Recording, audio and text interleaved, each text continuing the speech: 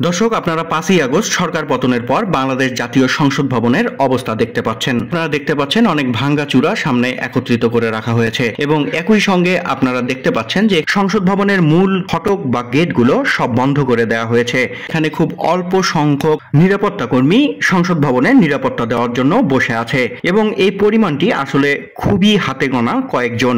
একই অবস্থা বিপরীত পাশে এমপি ভবনের সামনেও লক্ষণীয়। দর্শক, আপনারা সংসদ ভবনের পাশের ফাঁকা জায়গাটি দেখতে পাচ্ছেন, যে জায়গাটি নির্ধারিত কবরস্থান হিসেবে ব্যবহৃত হয়।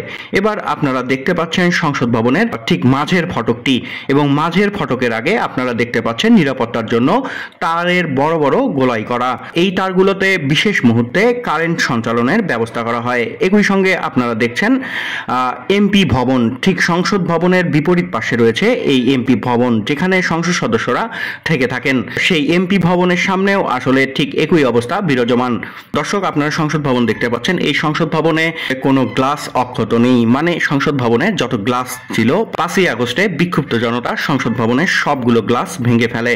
পুরো সংসদ ভবন ধ্বংসস্তূপে পরিণত হয়ে যায়। এমতো অবস্থায় 5ই আগস্টের পরে 7 আগস্ট এবং 8 আগস্ট শিক্ষার্থীদের পক্ষ থেকে সংসদ ভবনকে পরিষ্কার করা হয় এবং পরিষ্কার করার পর সংসদ ভবনের মূল ফটকটি বন্ধ করে দেওয়া হয়। ভিতরে অনেক ক্ষতি সাধন হয়েছে এবং এই ক্ষতিগুলো আসলে ছাত্রছাত্রীদের পক্ষে আর নিরসন করা সম্ভব নয়। পরবর্তীতে বিশেষ বরাদ্দ দিয়ে সংসদ ভবনের এই ক্ষতিগুলো মেরামত করতে হবে বলে একটি সূত্র থেকে জানা যায়। দর্শক, আপনারা জাতীয় সংসদের প্রধান ভবনটি দেখতে পাচ্ছেন।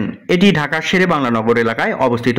প্রখ্যাত মার্কিন স্থপতি লুই কান এটির মূল স্থপতি। সংসদ ভবনের মূল ভবনটি 9টি পৃথক ব্লক দিয়ে তৈরি। মাঝের অষ্টাভুজ ব্লকটির উচ্চতা 155 ফুট এবং বাকি 8টি ব্লকের উচ্চতা 110 ফুট। প্রতিটি ব্লকের জায়গাকে বিভিন্ন কাজের ভিত্তিতে ভাগ করা হয়েছে। করিডোর, লিফট, সিঁড়ি ও বৃত্তাকার পথ দিয়ে আনুভূমিক ও উলম্বিকভাবে ব্লকগুলো মাঝে আন্তঃসংযোগ স্থাপন করা হয়েছে। আপনারা বাহিরের পরিবেশ দেখতে পাচ্ছেন, সেখানেও খুব বেশি জনমানুষের উপস্থিতি নেই। চুপচাপ শুনশান নিরাপত্তায় ভরা ঢাকা শহর, যা কিনা অনেক বছর মানুষ দেখেনি। 5ই আগস্টের সরকার পতনের পরে ঢাকা শহর এতটাই নিস্তব্ধ হয়ে গিয়েছিল।